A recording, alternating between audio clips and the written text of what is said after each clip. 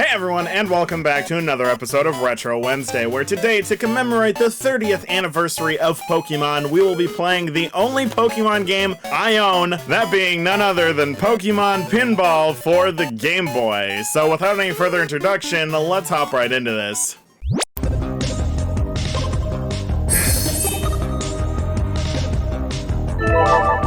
Alright, and here we are officially in Pokemon Pinball. Now, if you never heard of this or played this before, it's pretty much Pokemon, but it's pinball. And if you go down here, you can see there's the Pokédex. You can actually capture Pokemon in the pinball sort of like tables. Is that the technical term for a pinball like board or whatever?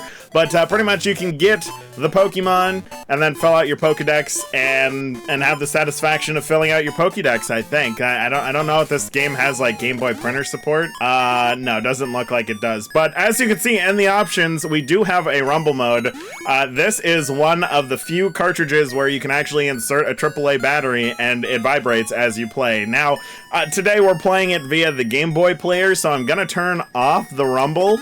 And we won't actually have that on for this one because it'd be kind of weird hearing the vibrations of the GameCube, you know, across the room. So we'll just turn that off because we don't really need that. But if we click on Game Start, you'll see that you can choose between the red and the blue tables. It is in color because I believe this was a Game Boy Color like game, or it was a game that had Game Boy Color support, because you can play this on the original Game Boy. So at least we get to enjoy the wonderful colors that is Pokemon versus just 50 Shades of Green that we would get on the original Game Boy.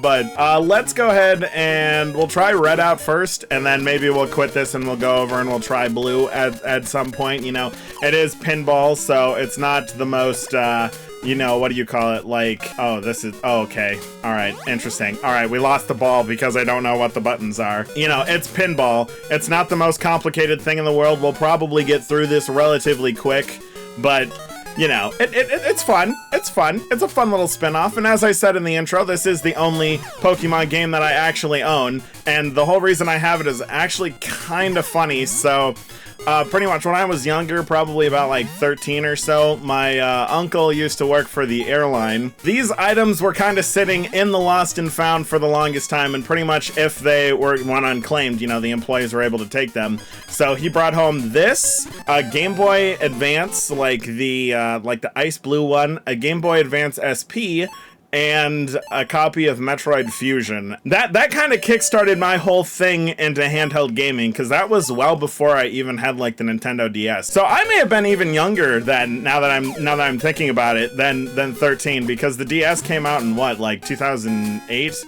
Well, I had a DS Lite, so I don't know when that came out. If you know, go ahead and leave a comment down below. Anyway, I was pretty much really young when I got these, so they were hand-me-downs from some guy that left this on a plane, and that is the fun story as to how I own this. This was one of the two games I played. I never got into like the actual like turn-based Pokemon. I'm just not into the whole sort of turn-based like RPG genre as a whole. I like my action games. Let's just leave it at that. But I do have to say that whole thing is probably how I became such a Metroid fan, because I didn't even know what Metroid was. Zero Mission was my first Metroid game, and it came from, again, some dude on a plane that left it there and then never claimed it. So that was also, we are just not doing very good in this, like at getting anything useful, and we lost our ball. Like, what the hell? This is just not going well. But yeah, Pokemon as a whole, I remember watching like the anime as a kid. I feel like I still probably have like the VHS tapes of it, or a couple of them. And then there was this. I never really got exposed to the full-fledged games, as I said. Not any of the spin-offs either, other than this. So when it comes to like that whole Pokemon fandom, you know, with like Pokemon Go, I don't really get it. Someone in middle school brought a bunch of Pokemon cards and tried explaining to me how to play that, and I just got like utterly confused. So you know, it's just one of those things where it's like Pokemon's just not a thing that I'm really all that interested in. I'll stick to my normal games here, and we managed to lose the ball, which is not good. We're supposed to be capturing Pokemon. Can we capture the Pokemon? How do we capture said Pokemon? Here, get it up there. Okay, that's not where I needed it to go. I needed it to go up a little higher, a little straighter there. Okay, that's also not where I needed it to go. I needed it to go, like, in the middle, like that. There we go. Yeah, that's a good one. Come on, hit the thing. Yeah, there we go. Okay, now I just gotta, like, get it somehow. Oh, I guess I gotta hit him. And I missed it. Yeah, Pikachu, no! Pikachu, you could have saved it! You could have saved it, Pikachu! You had one job! Okay, come on, catch it. Wait, I gotta go again? Wait, what type of ball is this? It's blue, it's different. Did I get it? I got a Mankey! Woohoo! I did it with 57 seconds left. And did I hit jackpot? Is that what this means? Oh, I got it. Bonus ball saver, I don't know. Pinball is one of those interesting things. Virtual pinball is just a fun time. 30 seconds of ball saver. Okay, cool. So that means I can suck as much as I'd like and not have any negative repercussions. Oh my god, that's super funny. But yeah, Pokemon or pinball is just kind of like a fun little thing. If you think about it, this is totally like a great idea for a spin-off game for Pokemon. Instead of it being like, I don't know what else they would do, but like the Pokeballs already are a ball, so you could just, you know, play pinball, and then the fun little gimmick of this would be to capture your Pokemon. And somehow I got like this magic ball. Magic ball? Great ball? Is that what that is? I don't know. I can't make out the letter on the front of that thing. I don't know. I've always had like a fondness for virtual pinball. I guess it sort of started with like my grandfather, because he had this really old PC in the basement, and it had like Windows DOS or something on it. I don't know if it was DOS or Windows XP, but it had Galactic Pinball on it, and that was like my first sort of foray into virtual pinball, and I really did like that game as a kid. That was like my favorite thing. That, and I think he also had Frogger installed, because I remember playing like the two of those growing up, and I guess, you know, that could be like my introduction into retro gaming as a whole, like my very first introduction. And then this sort of stuff is where I got my introduction into retro console handhelds. I guess I would assume. I don't really know. As a kid, I never really grew up with a whole lot of games. I had like a V-Smile. I had this fun like Spider-Man game, and then, you know, I had these in the GBA, and that was kind of like my childhood. I mean, a lot of people will look at that and they'll be like, "Wow, you didn't own like an N64 or an NES or, you know, like anything else." Nope, my first console was a Wii, and that was because my mom thought that it'd be fun for the family. So that was kind of how, you know, I really got sucked into gaming, I guess, was the Wii as a console. And we lost, and I don't know how we did.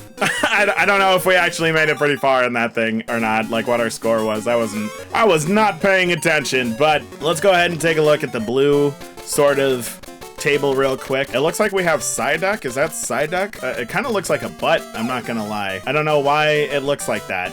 It looks like a butt sticking out of there. That's actually kind of funny. All right, can we hit it? Hit him one more time. Oh, or not. Okay, it's going all the way around. All right. No, ball! You suck! Thank you, Pikachu. Thank you for coming in clutch and saving me. Now I got a Sand Shrew, apparently. Now, I don't know if any of these Pokemon are ones that I don't have in the Pokedex already. I didn't really look into that all that much. And I don't know how many of these things I got from, you know, like myself playing this game versus the previous owner playing this game. I would bet that most of them are probably the previous owner, because I don't really think I played a whole lot of this as a kid. I much rather preferred Metroid. And oh my god, that is Psyduck down there. What the heck are you doing? Why are you like sitting there, bud? You're being all weird here. God, you know, pinball, just pinball as a whole, it's complicated. I'm not like the biggest connoisseur of pinball. I enjoy playing pinball, but when it comes to like logistics and stuff, I'm not your guy. I am not the guy for that. Oh my god. But yeah, I would say that Pokemon Pinball, fun little game. I don't think this game is on the Nintendo Switch Online, but I'm pretty sure if you wanted to pick up a copy of this is not the most expensive game in the world, because, you know, it's a spin-off game. It's not actual Pokemon, so it's not gonna be outrageously priced like most Pokemon things are. God, I was looking at the, what do you call it, like the DS game, Soul Silver and Heart Gold, because I just recently, like, picked up a Pokewalker and kind of wanted to try linking it to the game, and that game's like $150, and it's like, what? Like, why are they both $150? Like, this is freaking ridiculous, okay? And then I just lost the ball. God dang it. But like, yeah, that's freaking ridiculous. Like, why is that so expensive? And it's like, you have to get the original cartridge because the Pokewalker doesn't work with flash carts or anything as of right now. Because in order for the Pokewalker to work, you have to use the original cartridge, as there is like an infrared sort of sensor in the cartridge itself that allows the Pokewalker to communicate with the game. And that just does not exist with flash carts currently. Maybe down the road, the DS like Pico will support the... God, you gotta be kidding me. Literally right as the Pokemon gets there, then I freaking lose the ball. That's a load of crap. But yeah, like the DS Pico currently doesn't support like adding an infrared sensor to the front of it or to it so that you can actually like interface with these two Pokemon games with the Pokewalker. So pretty much if you want to make use of that device, you have to get an original cartridge, and both of them are $150. It's freaking ridiculous. It's like, what the hell? Why are they so expensive? Why are they so expensive? Oh, I just don't get it. I mean, that's pretty much it for Pokemon Pinball. Let's be real. I could keep playing this, but there's not really much else to, you know, to achieve here. You can get a high score, you can try catching more Pokemon, but, you know, we could be here forever. It's pinball. Pinball doesn't really have an end, unless you're me and you just manage to get the balls down the thing every freaking time. But with that, thank you guys so much for watching. If you enjoyed, remember to drop a like and make that subscribe button glow so that you don't miss any future content. And if you have any suggestions for games you want us to take a look at, be sure to leave it down in the comments or pitch at our official Discord server. Link down below in case you're interested in stopping by. And with that, I'll see you in the next one.